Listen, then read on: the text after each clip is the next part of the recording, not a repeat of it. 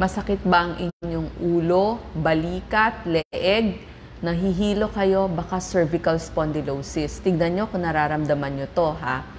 Ito masakit ang inyong ulo, leeg, batok, balikat, at yung inyong mga gulugod. Masakit, stiff neck, lalo na kapag ginalaw nyo pagkatapos ng mahabang pagtulog. Naninigas ba yung inyong mga muscle? Merong click, pop, o parang dinudurog na tunog kapag ginalaw nyo ang inyong leeg.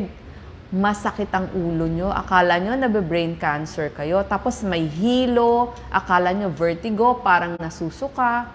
At yung kirot talagang dun sa dugtungan ng bungo nagsisimula. So batok yon hanggang dun sa gulugod. Yung braso nyo masakitin hanggang dun sa dulo ng daliri. Minsan nawawalan pa nga yan ng pakiramdam. Bibitiwan nyo yung inyong mga hawak na baso.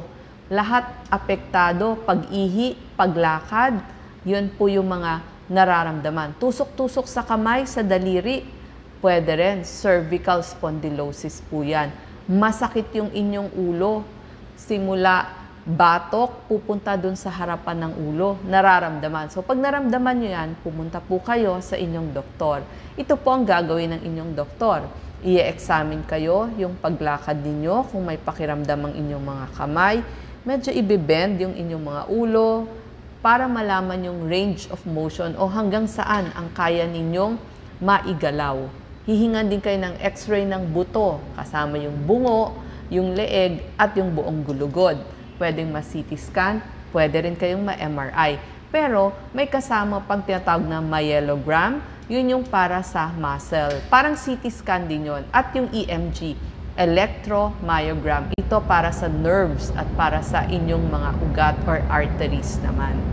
Ano ang gamutan? Ipapa-physical therapy kayo. Ibig sabihin, ipapa-exercise at stretching kayo ng inyong doktor. Pwede kayong bigyan ng gamot kung sabihin nyo talagang masakit. Example nun, mga diclofenac, naproxen, ibuprofen.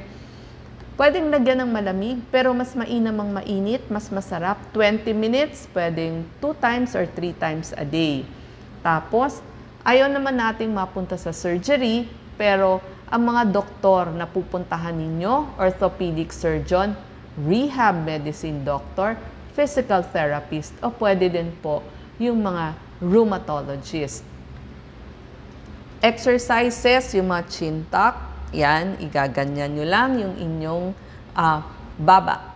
Tapos, pwede rin naman yung inyong kamay ilagay sa likod at ipupush forward nyo para ma-stretch yung inyong leeg. Pwede rin kaliwa, kanan, unti-unti lang. Huwag mabilis para hindi kayo mahilo o neck rotation. Pag nakaupo naman kayo, patalikod naman ang pag-stretch ng inyong leeg. At syempre, yung inyong balikat, isama nyo na rin, i-stretch yan. Yan po yung mga gagawin natin.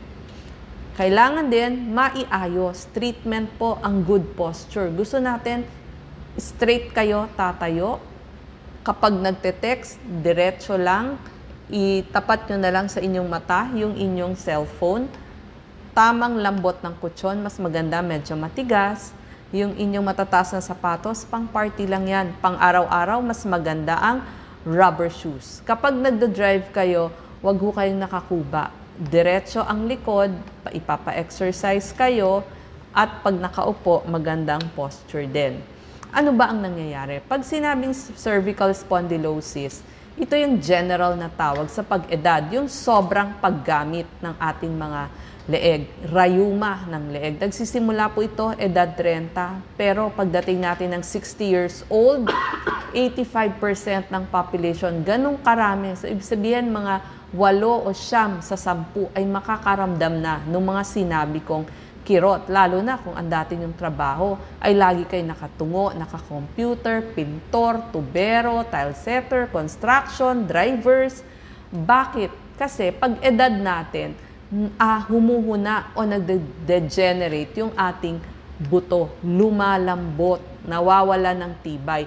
Yung gilid ng ating buto nagkakaroon ng mga tinik-tinik, masakit po yung bone spurs or osteophytes. Numinipis din yung disc, so naiipit niya yung mga lumalabas na ugat dyan. Kaya parang na-wrinkle na yung inyong buto na kulubot, yung buto ng spine o gulugod. So maiipit yung muscle, yung litid, yung ugat, yung nerves. Napakasakit po nito.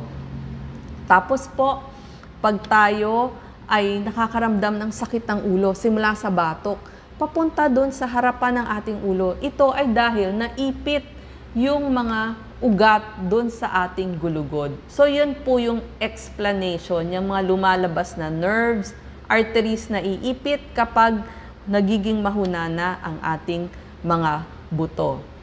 Tamang pagtayo, hilahin ho natin patalikod itong ating shoulders. Diretso lang ang ulo, diretso lang ang ating tuhod, ang ating bilbil, medyo iipitin natin para maging diretso yung ating pagtayo. Ganon din sa pag-upo, diretso. Pwede rin kayong maglagay pag nagda-drive kayo maliit na unan o kaya naman yung towels. Tapos may patungan ng paa, relax po ang kamay, mas maganda may patungan din. Pag nagte-text tayo para hindi mahirapan ang ating leeg, mabigat po ang ating bungo, mas maganda alam ko medyo mahirap pero itapat na lang natin yung ating mata dun sa ating cellphone. Yung cellphone natin ang itataas natin. Kasi ito ang pinakamagandang paggamit ng cellphone. Kailangan nakatapat dun sa mata at diretso ang ulo. Kung hindi, sasakit po ang inyong leeg. Kapag kayo natutulog, lagyan ng, pagtagilid kayo matulog, lagyan ho ng unan sa pagitan ng inyong tuhod. Pag tihaya naman kayo, mababang unan sa ulo at may suporta sa ilalim ng inyong tuhod. Yung mga stretches na ginagawa sa ating balikat, pataas, pababa, yan po. Kailangan natin gawin yan. Tapos side bending, importante din ho yan. Tanggalin po ang ating bilbil, palakasin yung core muscles, o ibig sabihin, palakasin yung mga muscle dito sa ating tiyan. Akyat baba ang ating puwitan, pwede yan. Cat and camel, yan, nakataas, nakababa. Pwede ho lahat yan. So yan po ang cervical spondylosis. Sana po kung nakaramdam kayo ng mga sakit na sinabi ko, magamot natin. Kailangan lang masipag tayong mag-exercise. Salamat po.